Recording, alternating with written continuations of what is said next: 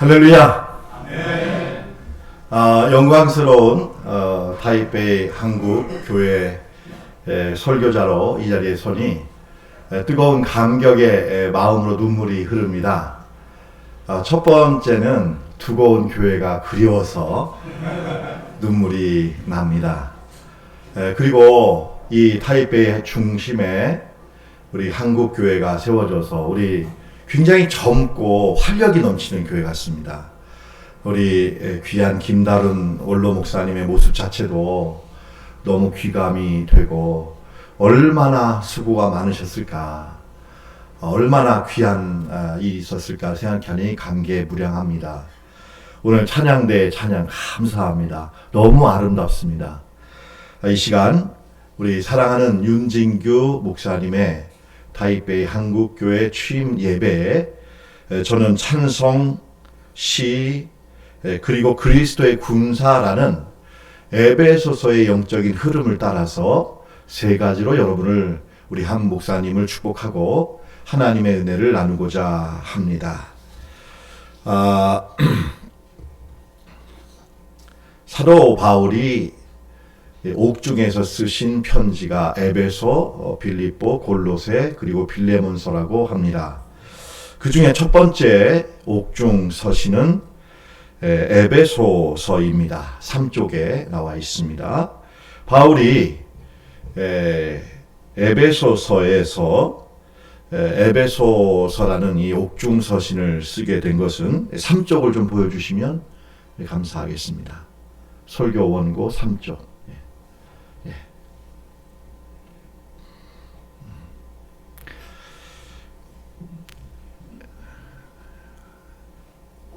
제가 그냥 할까요? 원고가 있을까요? 네.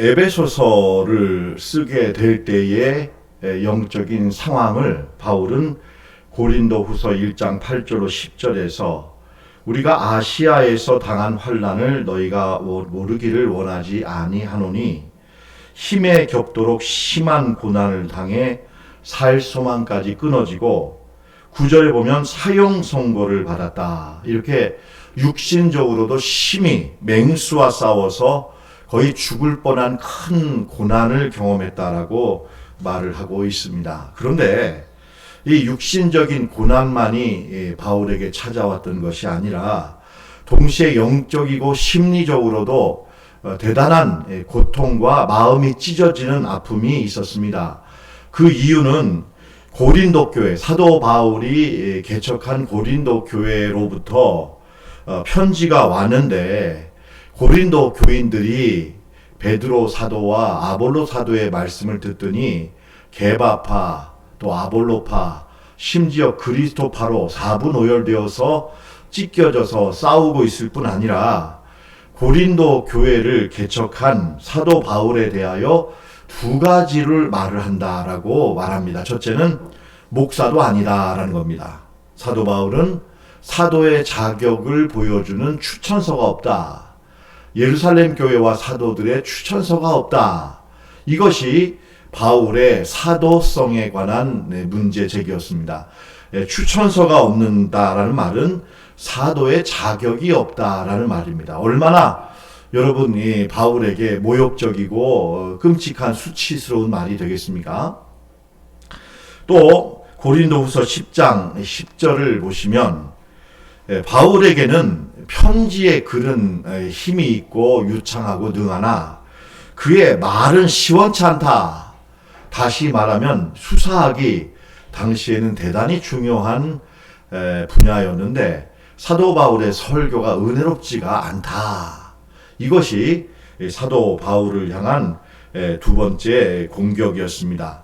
바울의 말에는 권세와 능력과 은혜가 부족하다라는 것입니다. 여러분, 이럴 때 이 죽음과도 같은 사형 선고와 마음속의 절망과 찢어지는 아픔 속에서 바울은 이 옥중서신인 에베소서를 기록했습니다. 이 에베소서 지금 5쪽에 좀 보여주시면 감사하겠습니다. 이 에베소서는 전체가 6장에 대한 말씀인데 1장은 찬송에 관한 말씀입니다. 하나님이 나를 찬송하게 하려 하셨다. 둘째 2장에서는 예수님이 나를 어떻게 구원하셨고 은혜를 베풀어 주셨는가. 3장에서는 2장과 3장에서는 그러므로 나는 누구인가. 나는 주님이 만드신 바라. 작품이란 말입니다. 영어로는 poem이라고 써 있기도 하고 이 말의 해석에는 걸작품이란 작품이란 말이 나와 있습니다. 내가 누구냐? 하나님이 빚어놓으신 최고의 도자기와도 같은 작품이다. 그리고 나는 영광스러운 교회로 세워지기 위해 사는 사람이다. 그리고 6장에서 나는 영적인 이 싸움을 영적인 싸움으로 여기고 혈과 육의 싸움이 아니라 악한 정사와 권세와 어둠의 세력을 향한 영적인 싸움을 그리스도의 전신갑주를 입고 싸워서 이길 것이다. 할렐루야. 이러한 메시지로 옥중서신을 보냈습니다. 여러분 오늘 우리 사랑하는 윤진규 목사님은 윤씨이십니다.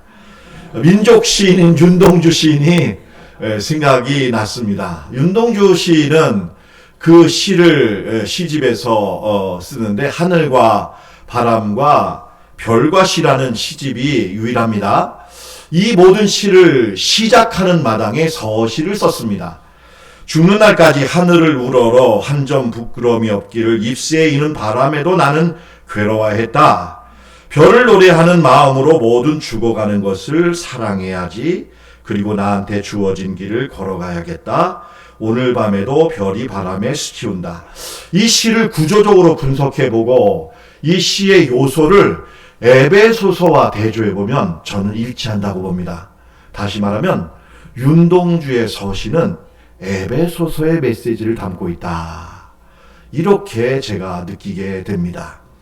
여기에는 노래가 있습니다. 죽어가는 것들을 노래하고 사랑합니다. 별을 노래합니다. 성령의 바람이 붑니다. 성령의 바람이 불 때 내 양심은 입새에 이는 바람에도 떨립니다. 그러면서 아무리 엄혹하고 찬바람이 불고 절망적인 이 어둠 속에서도 내게 주어진 사명을 올곧게 걸어갑니다. 그러면서도 오늘 밤에도 별을 바라보는 우주적 존재로 내 인생을 세워져 나가는 것입니다.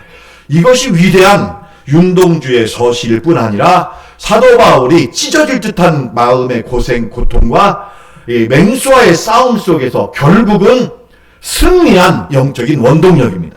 오늘 이 타이베이 한국교회 성도 여러분들과 우리 사랑하는 목사님, 이 메시지를 가지고 승리하시기를 예수님의 이름으로 축복합니다. 아멘. 세 가지 축복을 우리 목사님과 함께 나누고자 합니다. 찬송, 시, 그리고 그리스도의 군사입니다. 참 목사님 잘생겼습니다. 제가 이 사진을 찾아서 참 다행이라고 생각합니다. 첫째, 가장 아름다운 노래를 부르시기를 축원합니다. 둘째, 이 타이베이 한국교회가 가장 위대한 하나님의 걸작품이 되시기를 축복합니다. 그리고 이 굉장히 중요한 동북아시아의 센터인 대한민국과 대만이 그리스도의 영적인 군사가 되어 이 엄혹한 현실, 이념 대결 이면에 숨어있는 영적인 싸움에 여러분 승리자가 되시기를 예수님의 이름으로 축원합니다. 첫 번째 메시지부터 간략하게 말씀을 드려보겠습니다. 첫째, 가장 아름다운 찬송을 부른다면 어떤 노래를 부를까를 생각해 보았습니다. 이 노래를 부르시기를 축원합니다. 백만송이 장미입니다. 저는 작년에 이어 올해 아내가 1월 20일 생일이어서 뒤늦게 인생의 철을 들고 아내에게 백송이 장미꽃을 예약해서 보냈습니다. 여러분 예상하다시피 엄청나게 혼났습니다. 성의 없는 돈만으로 백송이가 그게 사랑이냐? 말로는 사랑한다 한마디도 안 하면서 딱 택배가 와서 뭐 여기다가 불 같은 뜨거운 사랑을 백송이 장미에 담아 보냅니다. 여보 사랑해. 이게 사랑이냐? 아주 성의 없다. 이렇게 비난이 왔습니다.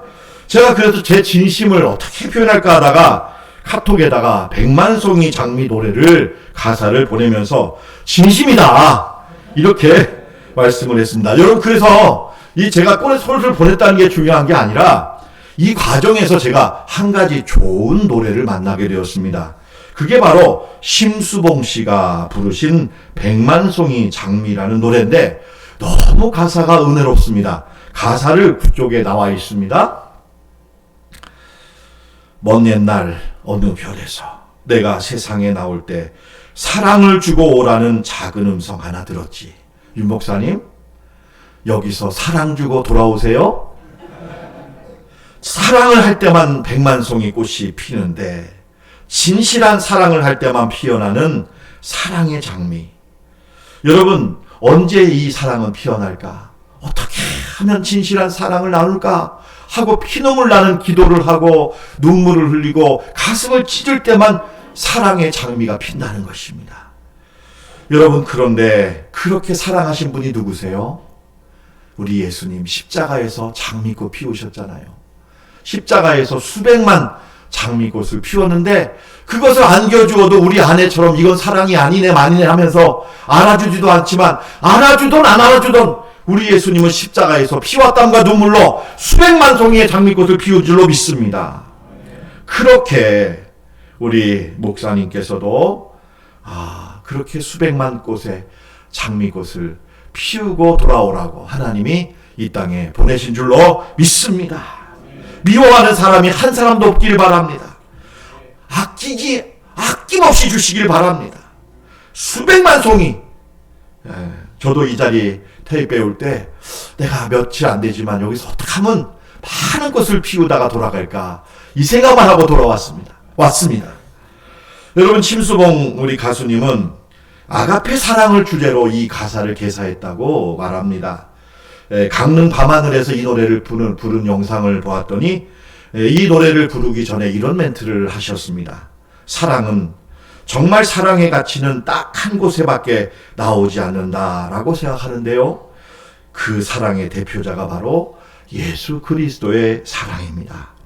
백만송이 장미를 밤하늘에 올려드리는 노래로 끝을 맺을까 합니다 하고 강릉에 있는 수만 명의 우리 청중들에게 사랑의 꽃을 노래했습니다. 사랑하고 존경하는 윤진규 목사님, 이 꽃은 십자가의 진정한 사랑을 할 때만 핍니다. 목사님, 사모님, 이 자리에서 오늘까지는 많은 꽃들로 뒤덮였지만 내일부터는 이 꽃을 다 치워버리시고 장갑 끼시고 피땀 눈물로 이곳에서 수백만 송이의 장미꽃을 피우시고 때가 될 때 돌아오시기를 축원합니다. 진실한 사랑은 눈물과 함께합니다. 많이 울어야 합니다. 많이 울어야 합니다. 아픔을 이겨야 합니다. 우리 심수봉 씨도 우리 알지 않습니까? 대통령이 총에 맞아 죽는 자리에서 인생이 얼마나 나락가또 같이 떨어지고 숨도 못 쉬고 살아겠습니까? 그런 분이 예수님의 십자가의 사랑으로 이 노래를 부르는 위대한 가수가 되신 것 아니겠습니까? 십자가의 사랑은 이토록 위대한 줄로 믿습니다. 이렇게 고결한 줄로 믿습니다. 죽은 영혼도 살리는 생명이 있습니다. 많은 영혼들 안아주시고 사랑해주시고 깨워주시고 그리고 이 타이베이 한국교회를 축복하시며 사역하시기를 예수님의 이름으로 축원합니다. 우리 타이베이 한국교회 성도 여러분들도 가시는 곳마다 이 대만 땅을 축복하시고 아름다운 꽃을 피우시다 한국으로 돌아오게 되시기를 축원합니다. 둘째입니다. 우리는 하나님의 작품이다라는 것입니다. 우리는 그가 만드신 바라고 합니다. 이 말에는 포임이라는 말이 들어있습니다. 시라는 말입니다. 여러분, 왜 성경에는 150편의 시편이 있을까요? 여러분의 인생이 시가 되란 얘기지요. 내 말과 노래가 시처럼 아름다우란 얘기지요. 우리의 말과 기도가 시가 되라는 얘기고 시인이 만든 가장 위대한 작품인 시가 되라는 얘기입니다. 에베소 5장 19절에도 시와 찬송과 신령한 노래로 화답하라. 시적인 삶을 살며 시적인 노래를 부르며 시와 같은 인생을 살라 말씀하십니다. 똑같은 재료가 도공의 손에 의해서 300도로 구워지면 토기가 됩니다. 토기라고 부릅니다. 물이 스며들기도 하고 공기가 새기도 합니다. 나름대로 쓸모가 있습니다. 하지만 그 2배인 600도로 구워지면 여러분 이렇게 도기가 됩니다. 도자기가 됩니다. 물은 새지만 그래도 이 토기보다는 훨씬 더 쓸모가 있습니다. 여기서 다시 600도가 더 올라가게 되는 1250도에 이 구워지게 되면 작품이 되는 자기가 됩니다. 물이 새지도 않고 스며들지도 않고 여러분 맑은 소리, 두드려 보면 맑은 소리가 납니다. 다만 한 가지는 뭐냐면 애지중지해야 될 것은 쉽게 깨집니다. 그러나 여기서 다시 1000도를 높여서 100도를 높여서 이 구워지게 되면 흑유 자기, 흑유 찻잔 같은 이 자기가 만들어진다고 합니다. 여러분 이걸 한번 두드려 보는 걸 제가 해봤어요. 그랬더니 얼마나 청아한 소리가 나는지. 여러분 그리고 아마 아무 데서나 던져도 깨지지 않습니다. 절대 깨지지 않습니다. 더 놀라운 것은 이런 멘트가 있습니다. 한 장 넘겨주시면 이 흑유다완, 흑유자기는 흙과 불이 만나서 조화를 이룬 천하제일의 자기다라고 되어 있고, 여러분 여기 그 문양을 한번 보시면 이건 도자기, 도공이 그린 문양이 아니라 1350도에 가열이 되면 우주가 나타납니다. 은하수가 나타난다는 거예요. 이 작은 토기로 만든 곳에서 온 우주의 은하수와도 같은 이 뭐라고 그러죠? 이런 어떤 그 갤럭시라고 하죠? 이 은하가 이 자기에 스며들어 간다는 거예요. 얼마나 아름다운 이런 세계를 포함하고 있는지, 작지만 우주를 포함한 그런 세계가 바로 이 흑유 자기의 세계라는 것입니다. 여러분 이 말씀을 보여드린 것은 제 지식이 넓기 때문이 아닙니다. 에베소서에 보면 바로 우리는 흑유 다완과도 같은 우주적 존재요. 흙과 불이 조화를 이루면서 하늘과 땅이 만나 위대한 우주를 품고 있는 존재가 바로 여러분들이라고 말씀하고 있는 것입니다. 3가지 말씀을 소개해 봅니다. 한 장을 넘겨보면, 첫째, 우리는 예수 그리스도의 부활과 승천과 함께 이미 하나님 보좌 우편에 앉아있는 천상적 존재입니다. 믿습니까 여러분? 우리는 예수님과 함께 하나님 보좌 우편에 이미 앉아있는 존재입니다. 왕같은 제사장으로서의 권세를 가진 존재라는 것입니다. 둘째로 우리는 하나님의 아들을 믿는 것과 아는 일에 하나가 되어 온전한 예수 그리스도의 형상까지 닮아가고 닮아갈 수 있는 존재라는 것입니다. 여러분의 인생의 인격의 목적은 예수 그리스도의 형상인 줄로 믿습니다. 셋째로 우리는 하나님 앞에 흠도 없고 점도 없는 거룩하고 영광스러운 교회로 세워지는 것입니다. 우리 인생의 목적입니다. 영광스러운 교회, 거룩하고 영광스러운 교회로 세워진다라는 것입니다. 이게 여러분 흑유다완이라는 도자기보다도 더 귀하디 귀한 하나님의 작품이 아니면 무엇이겠습니다. 요점은 이것입니다. 교회가 이 땅에 존재하는 것은 위대함 때문입니다. 우리는 왜 교회를 다닙니까? 여러분 우리는 왜 교회에서 예수를 믿고 신앙생활을 합니까? 우리는 위대하기 때문입니다. 우리 인생은 위대한 사명을 가지고 있기 때문입니다. 여러분들은 인격과 삶이 위대한 존재가 되시기를 축원합니다. 우리의 추구하는 바는 위대함입니다. 초대 교인들은 이렇게 말했습니다. 우리는 위대한 것을 말로 설교만 하는 게 아니다. 위대한 것을 삶으로 살아가고 있다. 여러분 이것이 교회가 존재해야 될 목적이고, 이 교회가 대만만이 아니라 넘어서서 중국 땅까지 여러분 퍼져나가야 할 여러분 위대한 교회인 줄로 믿습니다. 이 타이베이 한국교회가 우리 윤진규 목사님과의 여러분 아름다운 노래와 시와 또 이 모든 신앙생활을 통해서 정말 이 모든 타이베이 우리 믿지 않는 모든 영혼들이 우리 교회와 예수 그리스도의 위대함을 보고 여러분 모여들고 부흥하고 또 하나님께 영광 돌리는 교회가 되시기를 축원합니다. 타이베이가 지금 많이 부흥하고 있다는 얘기를 듣고 있습니다. 우리 타이베이 한국교회가 그 부흥에 앞장서시는 견인차가 되시기를 예수님의 이름으로 축원합니다. 가장 위대한 걸작품이 되려면 어떻게 해야 할까요? 세 가지를 생각해 봅니다. 다듬어져야 한다. 정교하게 다듬어져야 한다. 둘째, 불에 가급적이면 뜨거운 불에 구워져야 한다. 그리고도 불량품이 생길 때는 과감하게 깨뜨려야 한다. 여러분, 교회에 오셔서 무엇을 하러 오십니까? 자기를 죽이러 오시기를 축원합니다. 자기를 부인하러 오시기를 축원합니다. 목사님을 통해서 내가 위로받기보다는 내게 흠이 있고 점이 있을 때는 과감하게 깨뜨릴 수 있는 그런 말씀에 대한 순종의 용기를 가지고 교회에 오시기를 축원합니다.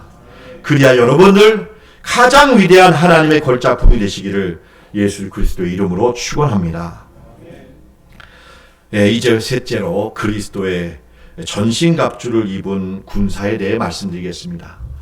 여러분, 이렇게 우리가 노래가 되고 또 그 작품이 된다는 것은 우리 자신만을 위한 것이 아닙니다. 이런 교회와 성도들이 가면 여러분, 그분들 예수를 알지 못하는 영혼들은 주님께로 돌아오게 되고 죄를 지었던 영혼들은 정결케 될 뿐 아니라 어둠의 영적인 권세는 물러갈 줄로 믿습니다. 사도 바울은 자기를 괴롭히는 에베소와 고린도 교회의 영적인 어둠의 세력을 향해서는 불퇴전의 영적인 싸움을 선포했습니다.